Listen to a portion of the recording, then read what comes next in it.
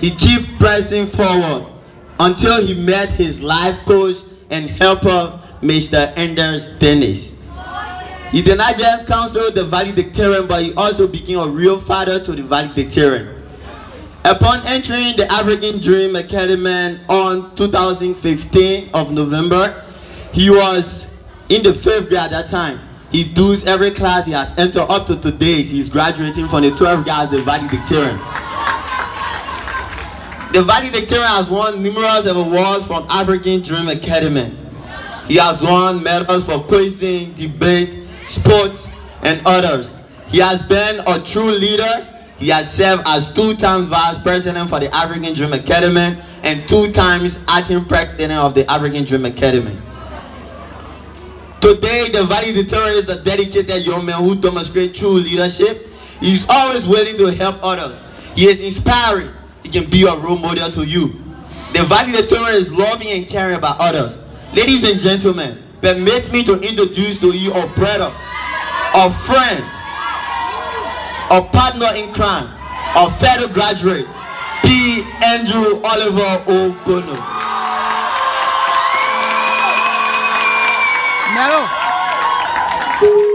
Thank you.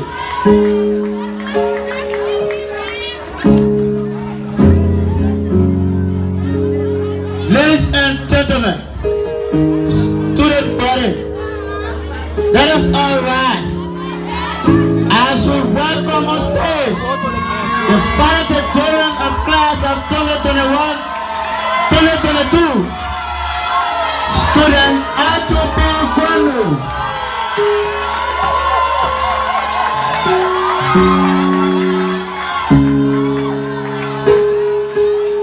Thank you very much. Thank you very much.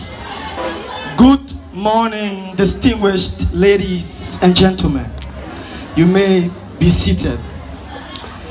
The founder and chief executive officer of the African Dream Academy, who is also the representative of District Number 6, Masorado County, in person of Honorable Reverend Dr. Samuel Ara Enders, the General Academic Director of the 2 campuses of the African Dream Academy, a strong and hard-working woman who has been behind the success of this noble institution over the years, a woman whom I call my second mother in person of Mistress Alice C. Reeves.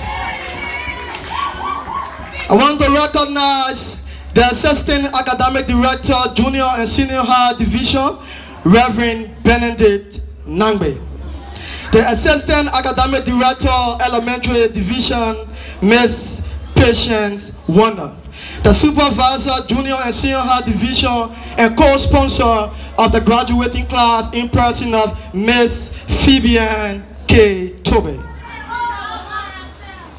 Permit me to also recognize in absentia the African Dream Academy Board of Directors in the United States of America, most notably Dr. Lydia Spinelli and Gracie Stuttgart. I also want to recognize Mr. Nanu Lorenzo Tor, loving and hardworking sponsor of the graduating class of 2021-2022. I also want to appreciate the presence of the architect behind my success, the woman in whom I call mother, Miss Hawa Ofode.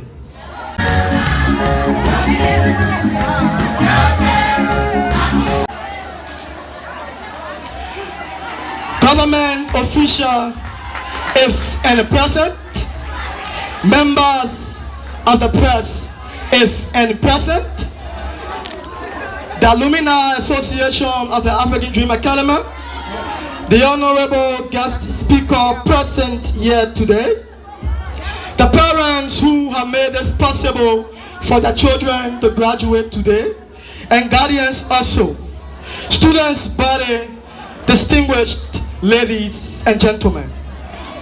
Delivering this valedictorian speech at this historical event is a proof that dreams do come true.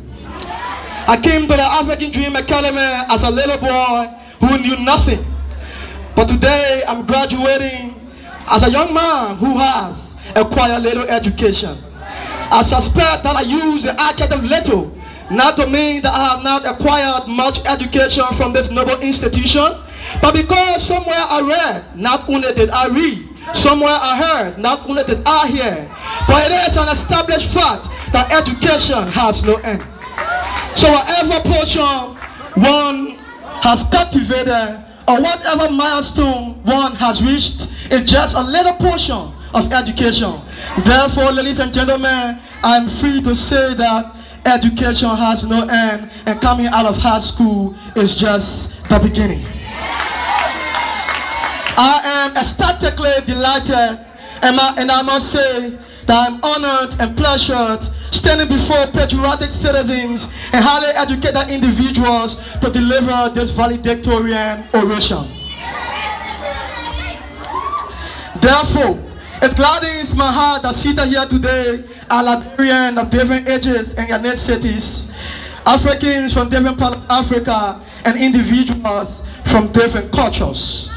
Furthermore, it also gladdens my heart that seated here today are people who have had the opportunity of directing the affairs of our country.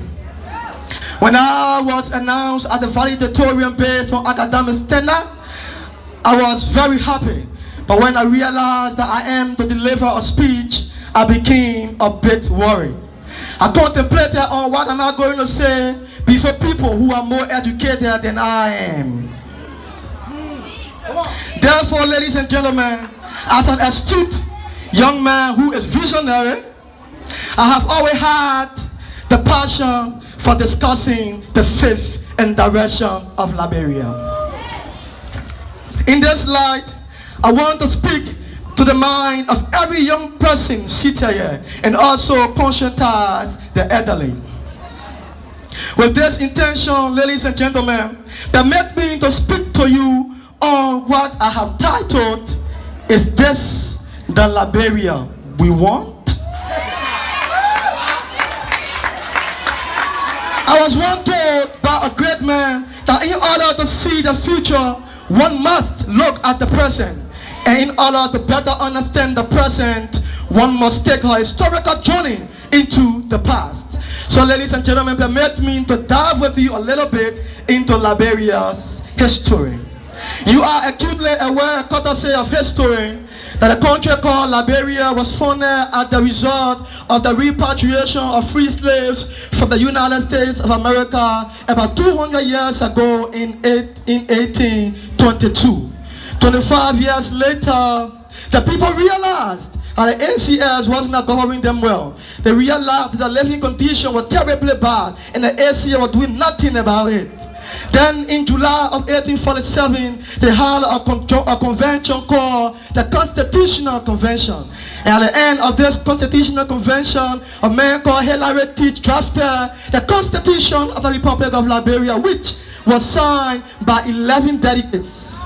The reasons for which they wanted independence were: one, the people wanted to control the affairs of the state. The people wanted to take charge of the economy.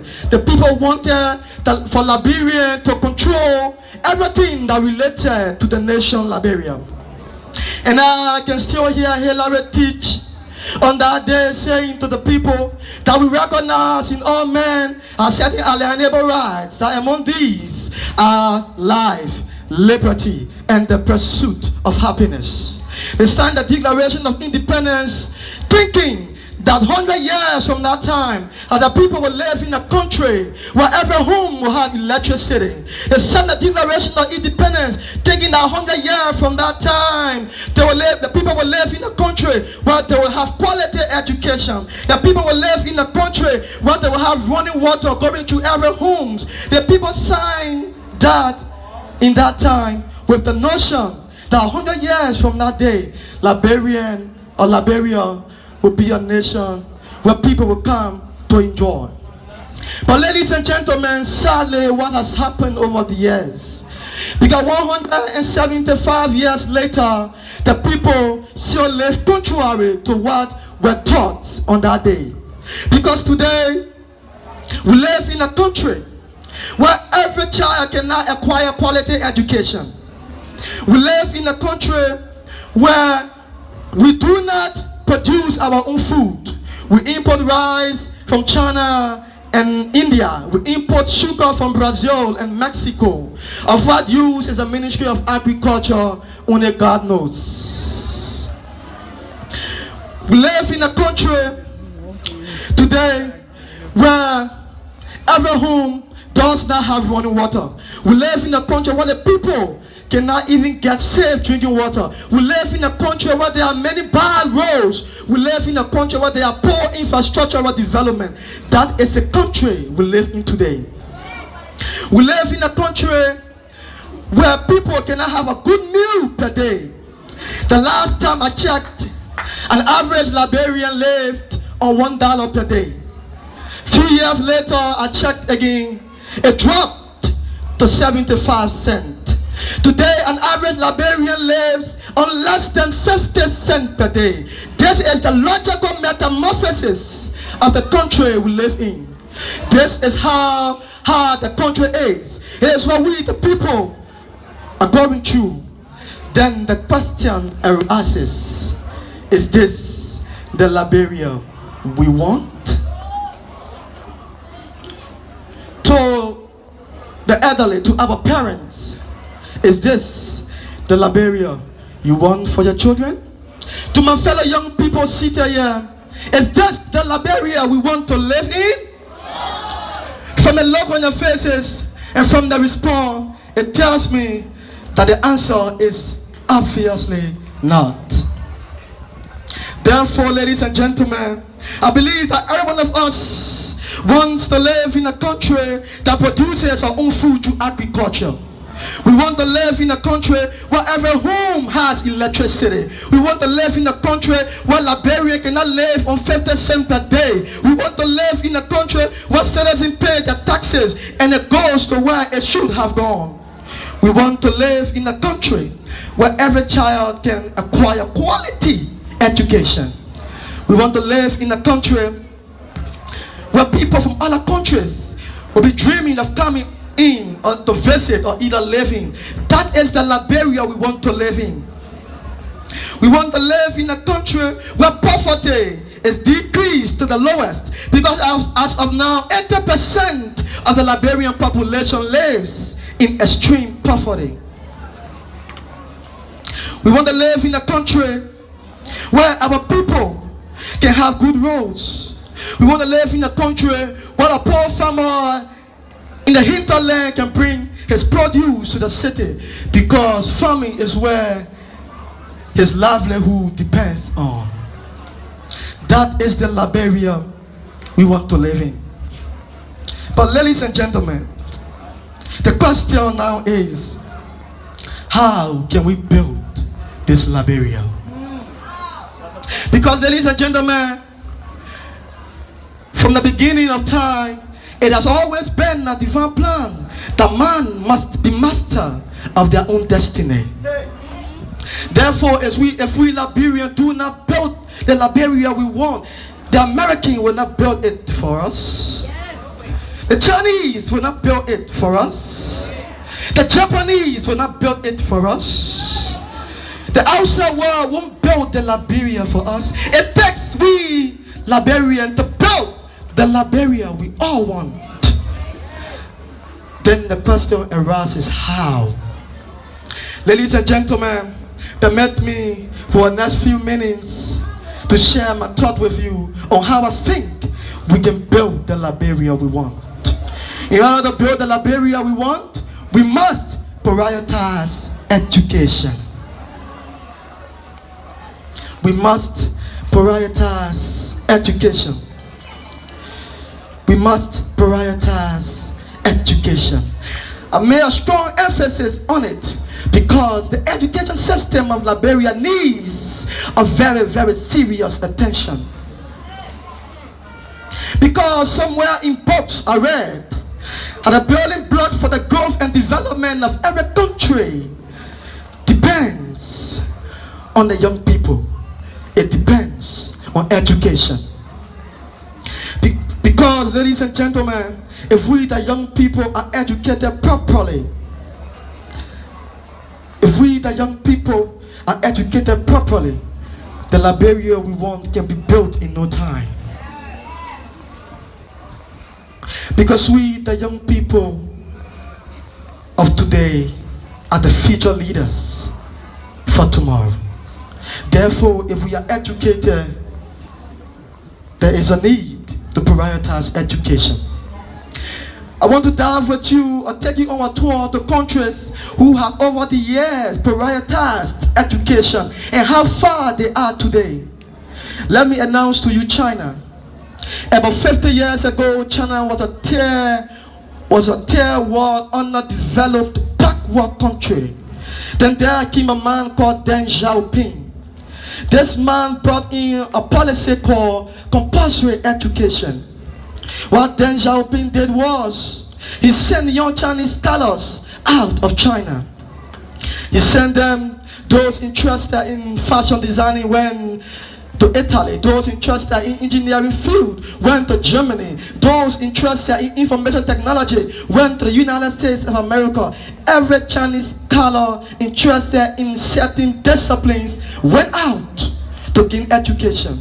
A few years later, these same Chinese scholars came back to China, and today it is evident that China has the best industries in the world. It is evident that China has one of the best economy in the world. It is evident that China has one of the best in everything in the world. Why can't we invest in education? Today, even these same Chinese scholars are the one building our roads.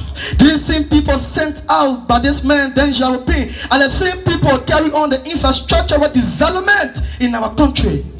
There is a need to prioritize education. Today we are graduating. We are happy about it. We are happy. But is every young child in Nima County able to acquire quality education?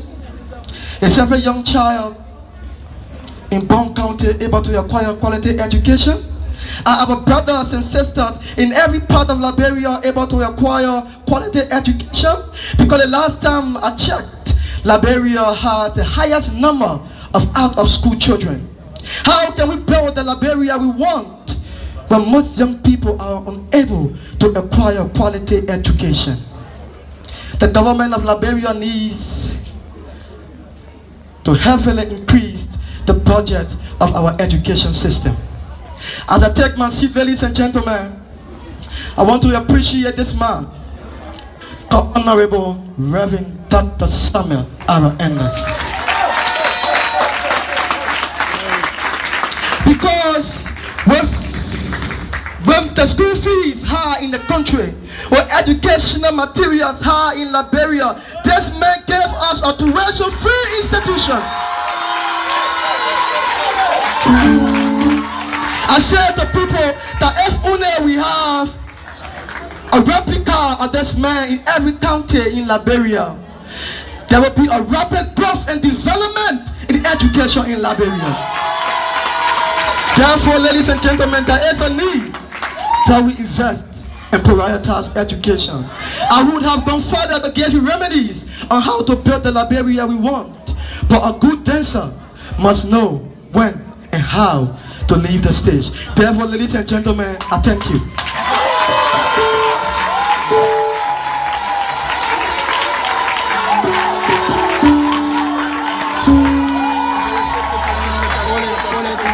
Big thanks to Oliver Gono. Actually, this makes up proud today, but it's not strange because there's an African Dream Academy. We actually impact solid education, both secondary and primary, through the proud courtesy of Honorable Samuel Richard Enders and the watchful eyes of Mistress Alice Reeves and her assistant, Mr. Reverend Benedict T. Nangwe. Andrew Gono actually make the teaching staff proud today through his historical analysis, through flipping pages of history of his valedictorian speech or the valedictorian orientation.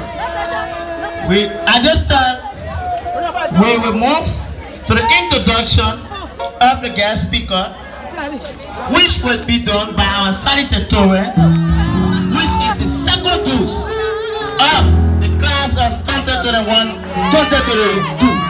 This individual